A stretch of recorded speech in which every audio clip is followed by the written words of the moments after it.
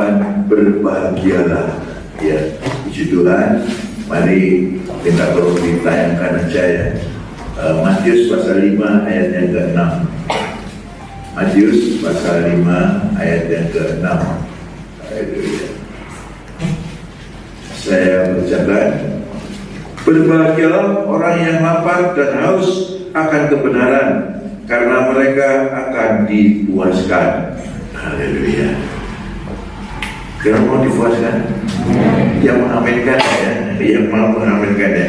Sekali lagi, berbahagialah orang yang lapar dan haus akan kebenaran, karena mereka akan dipuaskan. Amin. Ya, puji Tuhan. Cuma yang dikasih Tuhan, Tuhan Yesus itu ingin supaya kita itu berbahagia. Sehingga pada khotbah Tuhan Yesus di bukit ada ucapan bahagia, berbahagialah, berbahagialah, ada 9 kali ya, berbahagialah, berbahagialah ya, macam-macam berbahagialah. Dan yang ingin saya sampaikan pada pagi hari ini adalah berbahagialah yang lapar dan haus akan kebenaran, karena mereka akan dipuaskan. Jadi yang haus akan kebenaran, mereka akan dipuaskan.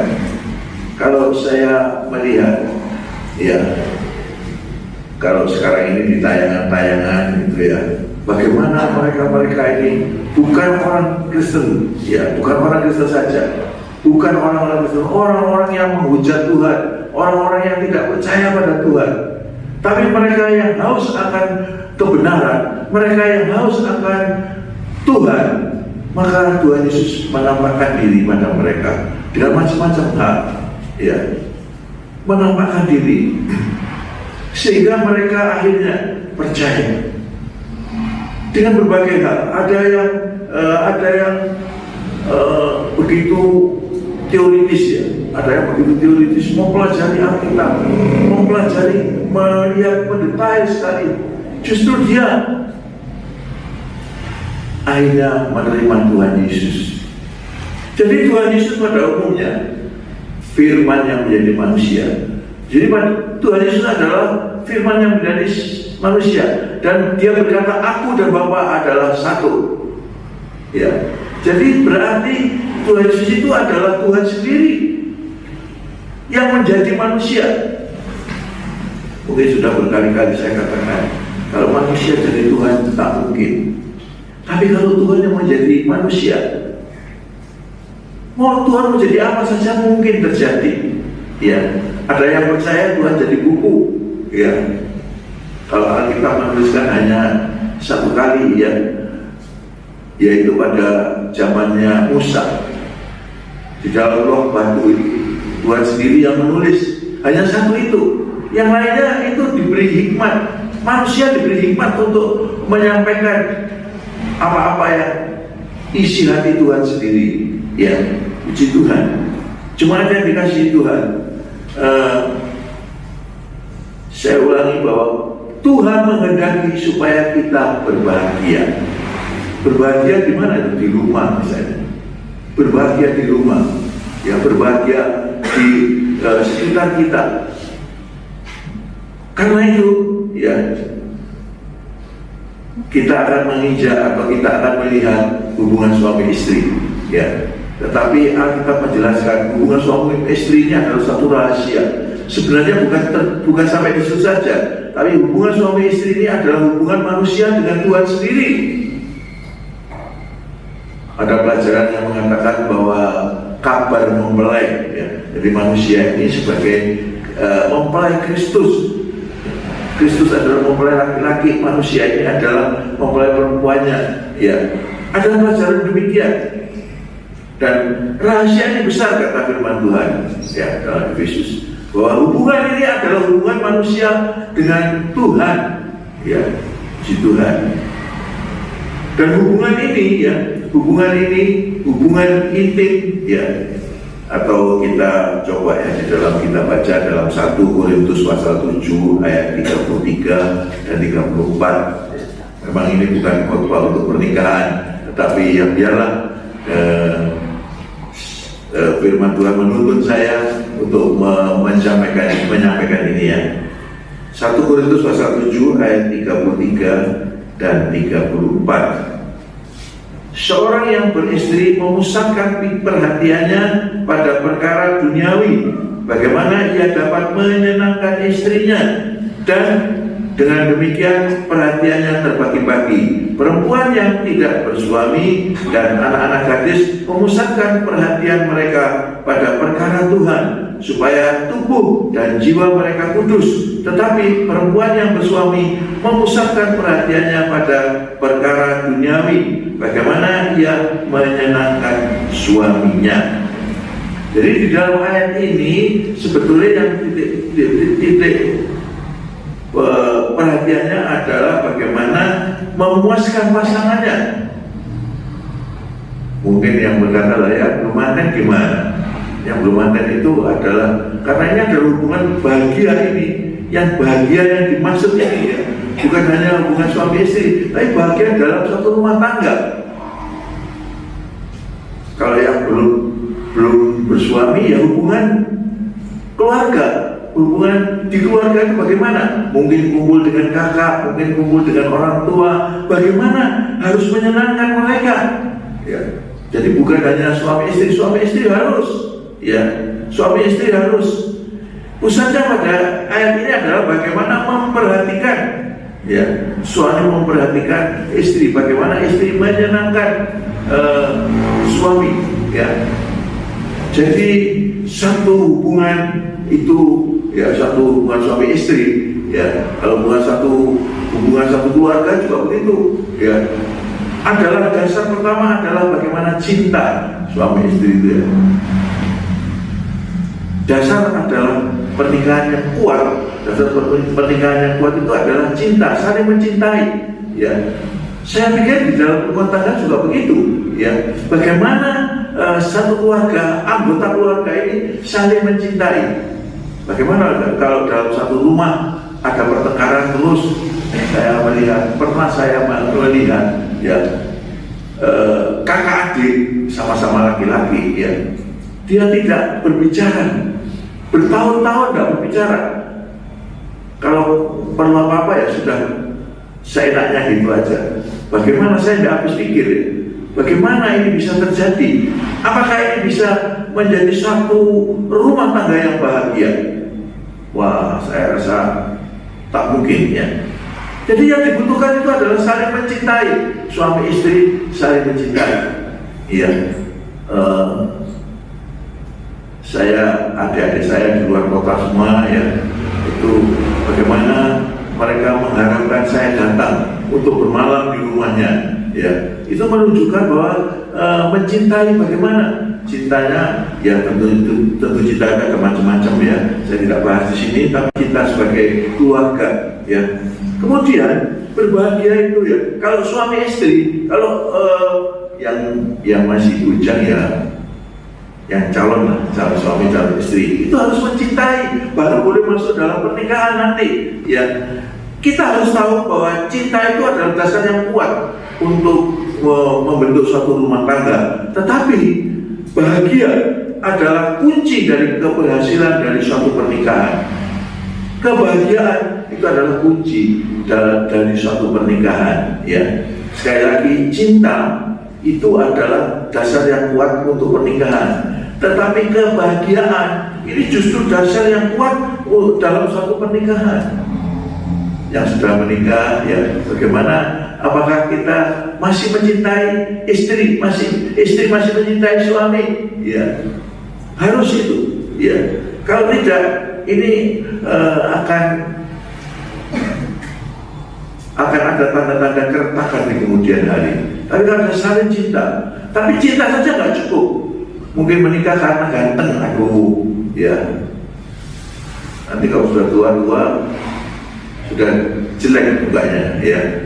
Seperti saya ini kata orang dulu ganteng, ya, apalagi waktu kecil, waduh, ganteng sekali katanya. Tapi setelah bukan dewasa, setelah tua begini, ya, gantengnya hilang, ya. Gantengnya sudah ganti putus saya, ganteng-ganteng lucu-lucu gitu, ya. Nah itu kalau suami sebagai suami istri, kalau dasarnya hanya ganteng, hilang. Karena itu harus cinta dan melanjutkan mempertahankan pernikahan, mempertahankan satu keluarga. Itu adalah bagaimana kebahagiaan dalam keluarga itu. Jadi jangan menganggap suami istri saja yang harus cinta, yang harus dipertahankan, tetapi dalam keluarga ini juga harus dipertahankan. Ya, ini mengeluarkan kebahagiaan inilah yang bisa mempertahankan satu keluarga. Satu keluarga saya tadi katakan, apabila ada kakak adik sama-sama laki-laki, kalau sama perempuan tidak tahu ya, saya tidak pernah tahu ya, sama-sama laki-laki itu bisa nggak bertegur sapa, nggak ngomong. Bagaimana ini bisa terjadi? Ya, bagaimana ini kebahagiaan dalam rumah tangga ini akan retak? Ya, dan di kemudian hari, apalagi nanti setelah kakak adik sama-sama menikah, ya bagaimana bisa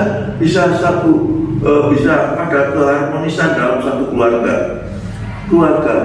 Keharmonisan, kebahagiaan itu adalah direncanakan oleh Tuhan, karena Tuhan sendiri mengatakan berbahagialah ini, berbahagialah 9 kali diucapkan supaya berbahagia. Sekali lagi bahwa hubungan suami istri ini adalah suatu rahasia yang hubungan sebenarnya adalah kasih, ya, antara Tuhan dan jemaatnya. Ya, haleluya. Puji nama Tuhan. Kita melanjutkan lagi bagaimana, ya, kita melihat di dalam Pengkhotbah pasal 9 ayat 9. Ya, mungkin ini memang ada indikasi untuk orang-orang yang sudah menikah, ya. Haleluya, pada pagi hari ini. Nikmatilah hidup dengan istri yang kau kasihi seumur hidupmu yang sia-sia, yang dikaruniakan Tuhan kepadamu di bawah matahari, karena itulah kebahagiamu dalam hidup dan dalam usaha yang engkau lakukan dengan jerih payah di bawah matahari. Ya, semuanya dikasih Tuhan. Kita kerja untuk apa sebetulnya? Ya, kita kerja ya untuk keluarga, untuk anak, untuk istri. Ya, cuma yang dikasih Tuhan. Karena itu nikmatilah. Apakah kita sudah menikmati? Ya, kita sudah menikmati hidup ini dengan istri, ya. Puji nama Tuhan. Kalau suatu rumah tangga mungkin dengan ayah ibu kita, apakah kita sudah menikmati suatu kebahagiaan dengan ayah, dengan anak kita, dengan ayah, dengan ibu kita? Apakah kita sudah menikmati? Kata Tuhan, nikmati itu. Tuhan menghendaki supaya keluarga ini berbahagia, ya.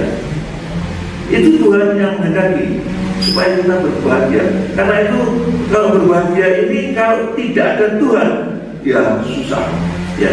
Karena itu orang yang lapar dan haus akan kebenaran, mereka itu akan dipuaskan. Jadi orang yang lapar dan haus akan kebenaran. Kalau kita kembali lagi, kebenaran itu siapa? Tuhan Yesus sendiri. Akulah jalan, kebenaran dan hidup. Jadi kalau satu rumah tangga tidak ada Tuhan Yesus di sana, saya meragukan ada suatu kebahagiaan. Tapi kalau dalam satu rumah tangga, di dalamnya itu ada Tuhan Yesus, wah, ya, memang di situ ada kebenaran. Dan kebenaran itu bukan kebenaran itu Tuhan Yesus adalah kebenaran. Tetapi di samping itu, kalau kita terima Tuhan Yesus, kita akan melakukan satu kebenaran di dalam rumah tangga, sehingga rumah tangga itu boleh menjadi rumah tangga yang bahagia. Ya, sekali lagi bahwa kebahagiaan tidak ada di tempat lain. Kebahagiaan bukan karena harta, ya. Harta bisa lenyap, ya. Dalam sekejap harta itu bisa lenyap. Tetapi kalau ada Tuhan Yesus di dalamnya, harta itu akan tidak memerlukan harta itu. Ya, harta itu berpengaruh, tetapi satu kebahagiaan itu adalah karena ada Tuhan Yesus. Dan karena ada Tuhan Yesus itu, lalu ada sesuatu, yaitu ada saling memperhatikan. Tadi kita katakan memperhatikan bagaimana Istri itu memuaskan suaminya. Bagaimana suami itu memuaskan istrinya, menyenangkan maksudnya ya. Bagaimana istri menyenangkan suami, bagaimana suami menyenangkan istri, ya. Itu adalah dasar. Bagaimana anak menyenangkan orang tua, bagaimana orang tua juga menyenangkan anak, ya. Umumnya ada terjadi hal-hal yang tidak simpul ya, tidak set, ya. Orang tua ingin anak ini senang, ya. Tapi anak ini, saya digendong ada seseorang yang pada waktu itu anak ini pendiam, perempuannya pendiam, ya, pendiam, dan kita berikan aktif di gereja, main tamborin pada waktu itu, ya, suka tiap minggu main tamborin. Saya senang, ya, saya doakan mereka, beri nasihat, ya, senang. Mereka aktif sekali, ya. Puji Tuhan di gedung ini terjadi, ya. Tapi pada suatu ketika orang tuanya ini ingin menyenangkan anaknya. Orang tuanya ingin menyenangkan anaknya, diberikan sepeda motor. Nah, mulai apa? Mulai bolosan. Sekolahnya bolosan. Karena ada sepeda motor kan, bisa melenceng ke sana. Saya tidak tahu melenceng atau gimana ya. Tapi sejak diberikan sepeda motor, mulai bolosan dan sebagainya. Dan kalau sudah begitu ada upahnya.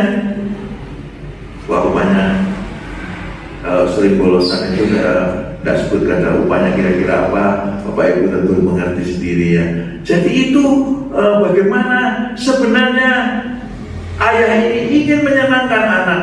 Sebenarnya ayah ini ingin menyenangkan, membahagiakan anak. Sebenarnya begitu. Tapi yang terjadi adalah anak ini menyalahgunakan kebaikan daripada orang tua. Ya. Di sinilah karena apa? Karena mereka Kristus sudah mulai ditinggalkan. Nah, ini sudah mulai ditinggalkan. Kasih kepada Tuhan mulai pudar. Ya. Pada kesempatan lain, ya. Anak yang lain, ya, juga pemain tamborinnya. Ternyata saya tahu kemudian ini adalah broken home, jadi keluarga broken home. Ayah ibunya tidak tahu sudah kemana ya. Ya pada suatu ketika ayahnya ini bisa bertemu dengan anak ini, ya. Kemudian ayahnya ini ingin menyenangkan anak ini, ya. Anak ini diberikan HP. Tadinya sebelum punya HP rajin, ya. Sebelum punya HP rajin, dia tiap minggu main tamborin, rajin ke gereja dan sebagainya, ya.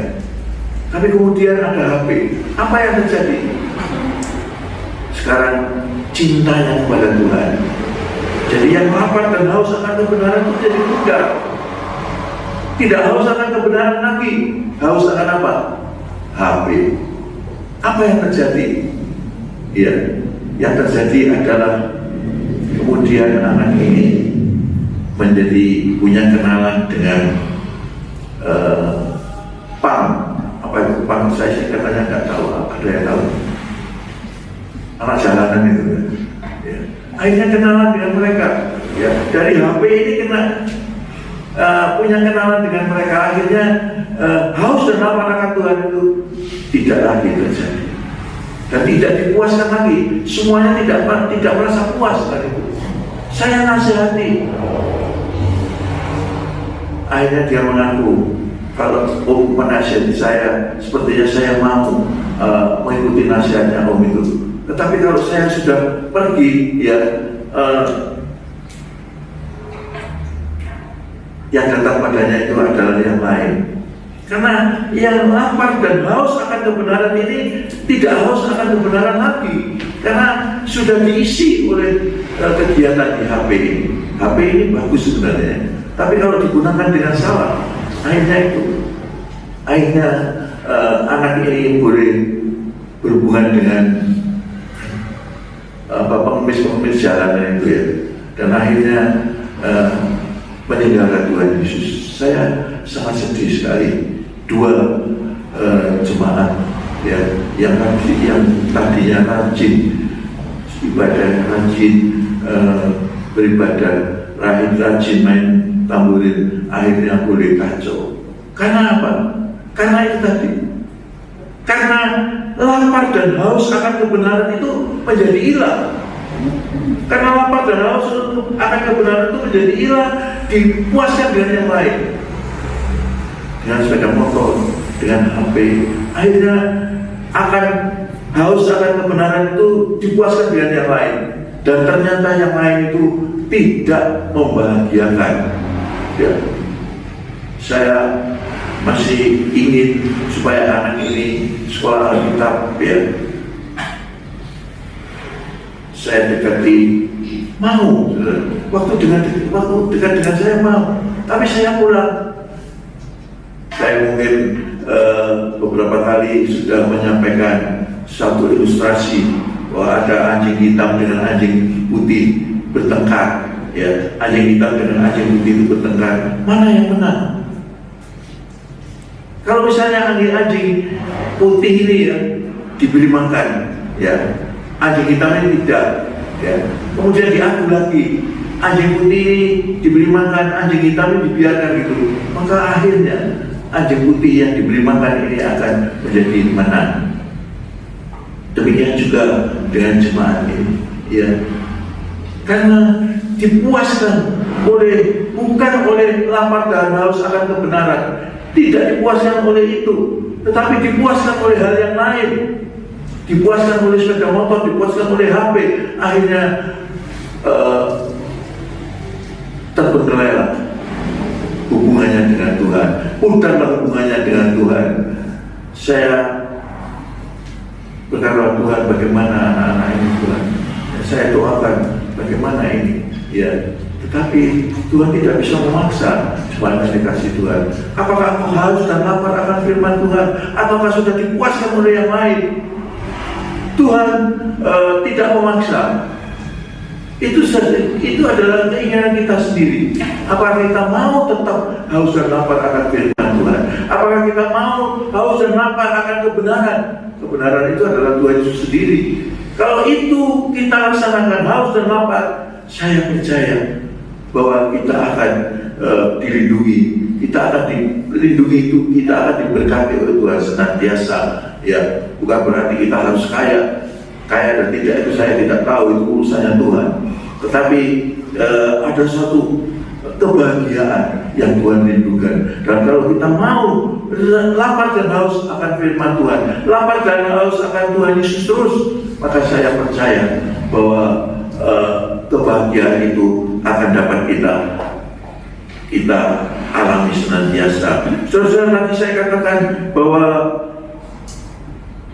rahasia ini besar. Itu kita bisa baca dalam Efesus pasal 5 ya. Efesus pasal 5 ayat yang ke-12 dan 32. Efesus pasal 5 ayat yang ke-32. Ya, demikian firman Tuhan. Rahasia ini besar, tetapi yang aku maksudkan ialah hubungan Kristus dengan jemaat. Saya ulangi, rahasia ini besar, tetapi yang aku maksudkan ialah hubungan Kristus dengan jemaat. Kalau tadi disampaikan bahwa yang haus dan lapar akan kebenaran. Kebenaran siapa? Bukankah kebenaran itu adalah Tuhan Yesus sendiri? Kalau haus dan lapar akan kebenaran itu, maka hubungan seperti suami istri ini akan bisa kita nikmati. Ayat 33 katakan, bagaimanapun juga bagi kamu masing-masing berlakulah, kasihilah istrimu seperti dirimu sendiri, dan istri hendaklah hormati suamimu. Ya, bagaimanapun juga, saya ulangi ya, bagaimanapun juga bagi kamu masing-masing berlakulah, kasihilah istrimu seperti dirimu sendiri, dan istri hendaklah menghormati suaminya. Puji nama Tuhan. Inilah, jadi ada suatu hubungan di dalam Tuhan, ada batas-batas. Istri mengasihi suami mengasihi istrinya seperti dirinya sendiri, dan istri menghormati suaminya. Sekali lagi, ini adalah hubungan suami istri. Tetapi yang dimaksud oleh Alkitab adalah tidak terbatas sampai hubungan suami istri saja, tapi hubungan yang dimaksud oleh Alkitab adalah yang dikatakan tadi, rahasia ini besar, tetapi yang aku maksudkan ialah hubungan antara Kristus dengan jemaatnya. Bagaimana Kristus dengan jemaatnya itu mempunyai kasih yang luar biasa. Ya, puji nama Tuhan. Saudara jemaat yang dikasihi Tuhan, kebahagiaan, saya ulangi, kebahagiaan ini adalah direncanakan oleh Tuhan, disampaikan oleh Tuhan supaya keluarga mempunyai kebahagiaan. Sekali lagi, kebahagiaan itu adalah didasari oleh cinta. Tetapi cinta itu boleh mempertahankan suatu pernikahan, ya. Dan pernikahan itu dipertahankan kalau ada suatu kebahagiaan di dalamnya. Sekali lagi, yang dimaksud oleh Alkitab itu bukan terbatas pada hubungan suami istri, tapi yang dimaksud oleh Alkitab adalah hubungan antara Kristus dengan jemaatnya. Harus ada cinta di dalamnya, sebenarnya juga harus ada komitmen, ya, harus ada pernyataan bagaimana kita mau setia kepada Tuhan. Disitulah nantinya akan terjadi suatu kebahagiaan. Nantikan kebahagiaan itu. Dan memang di dalam pengkhotbah tadi menasihatkan supaya kita menikmati, ya, menikmati hidup, menikmati kebahagiaan ini. Puji nama Tuhan. Ya, inilah suatu renungan firman Tuhan. Saya terbatas menguraikannya, tetapi saya sangat percaya, ya, walaupun sangat terbatas, tetapi sekali lagi yang dimaksud adalah bagaimana hubungan Kristus dengan jemaatnya, ya, yang bagaimana kalau mungkin ada yang mengatakan yang jomblo gimana, kok tidak disinggung tadi, ya, yang punya pacar bagaimana, ya sudahlah. Biasanya ada orang yang mengatakan, ya, ada orang mungkin di sini tidak ada, ya, tapi ada orang yang mengatakan, oh saya ini kok nggak laku ya, di sana sini menolak saya terus, ya. Di Gendut juga ada begitu, ya, sampai umur lumayan kok tidak ada yang mau sama saya ini. Sudah menyatakan cinta ke sini ke sana, ditolak terus, ya. Apakah yang jomblo sudah pernah menyatakan cinta? Tidak. Cinta jangan-jangan cuma lewat surat, ya. Jangan-jangan cinta hanya lewat kalau zaman sekarang HP, ya. Ya, yang cinta memang HP-nya, ya, tidak, ya, tapi nyatakan, temui, ya. Nanti orang itu akan bagaimana yang jomblo ini, ya. Saya ngomongin waktu kok diajari pacaran, enggak diajar pacaran, tapi diajari menyatakan, ya, menyatakan satu. Kalau mencintai, tapi menyatakan itu. Jangan nyatakan cinta, memang aku berani menyatakan cinta, ya, tapi pada si A, si B, si C, waduh, ini bukan cinta lagi ini, ya, itu namanya rayuan gombal, ya. Tapi mari kita berada di dalam sesuatu yang Tuhan berikan, yaitu dasarnya adalah yang lapar dan haus akan kebenaran, ya, haus akan kebenaran. Benar tidak kita mempunyai hubungan yang benar tidak? Kalau punya hubungan yang benar ini, kebahagiaan itu akan mengikuti, ya. Sekali lagi, tadi saya sudah sampaikan ada dua contoh, ya. Harta tidak bisa memberikan kebahagiaan. Tadi yang satu sepeda motor, anak diberikan sepeda motor malah bolosan, ya. Anak diberi HP malah pacaran, malah hubungan dengan bukan orang yang baik, malah hubungan dengan orang-orang yang ya begitulah, ya. Tapi saya katakan di sini, mari kita menjadi orang yang lapar dan haus akan kebenaran. Kebenaran itu siapa? Kebenaran itu adalah Tuhan Yesus sendiri. Carilah dahulu kerajaan Allah dan kebenarannya, maka sekaliannya itu akan ditambahkan kepadamu. Sekaliannya itu apa? Sandang, papan, pangan, ya.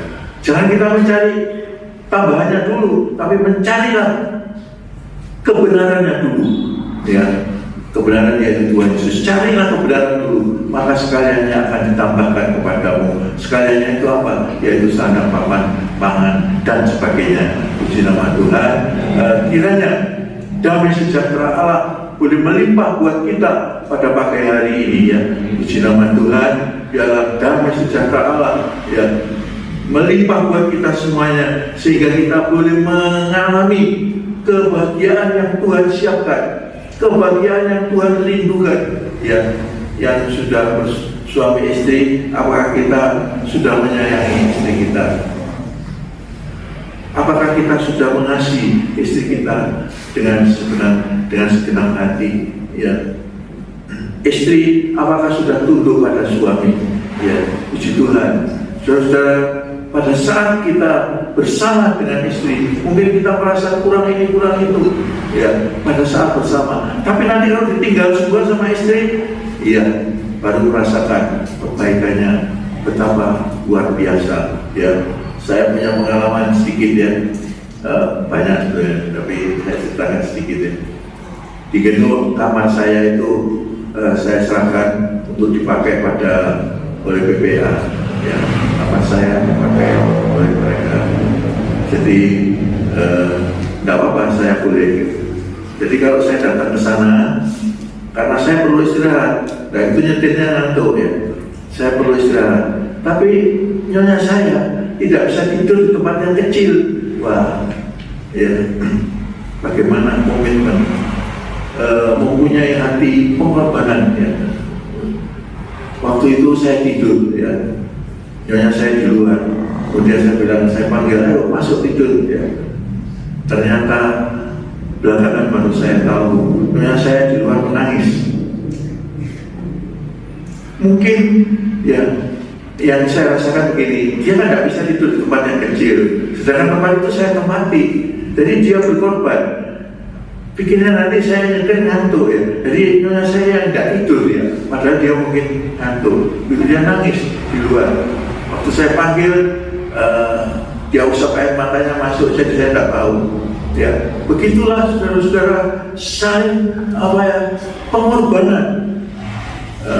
Mungkin saya juga berkorban buat dia, tapi dia juga berkorban buat saya. Begitulah untuk menjalin satu kebahagiaan ya. Dia rela untuk